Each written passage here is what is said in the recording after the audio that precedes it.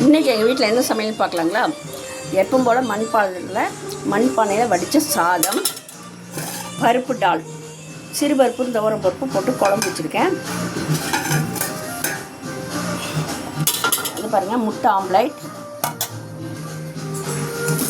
காலையிலைக்கு இட்லி, என் செல்லக்குட்டிக்கு பட்டுக்கு முட்டை வேக வச்சேன். பால் சாப்பிட்டு தூங்குறேன் என் செல்லம் நல்லா.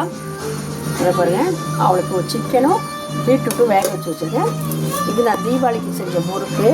இந்த பருப்பு டால் செய்யும்போது இல்லைங்க, துவரம் பருப்பும் சிறுபருப்பும் கழுகிட்டு கொஞ்சம் நேரம் ஊற வச்சுட்டு அதுக்கப்புறம் நீங்கள் அதில் ஒரு தக்காளி, 2 பெரிய வெங்காயம், பல் பூண்டு உரிக்காமல், கொஞ்சம் பட்டை, கொஞ்சம் ஜீரகம் எல்லாம் நசுக்கி போட்டு வேக வைங்க. பெருங்காயத்தூள், மஞ்சத்தூள், உப்பெல்லாம் போட்டு வேக வச்சுங்க.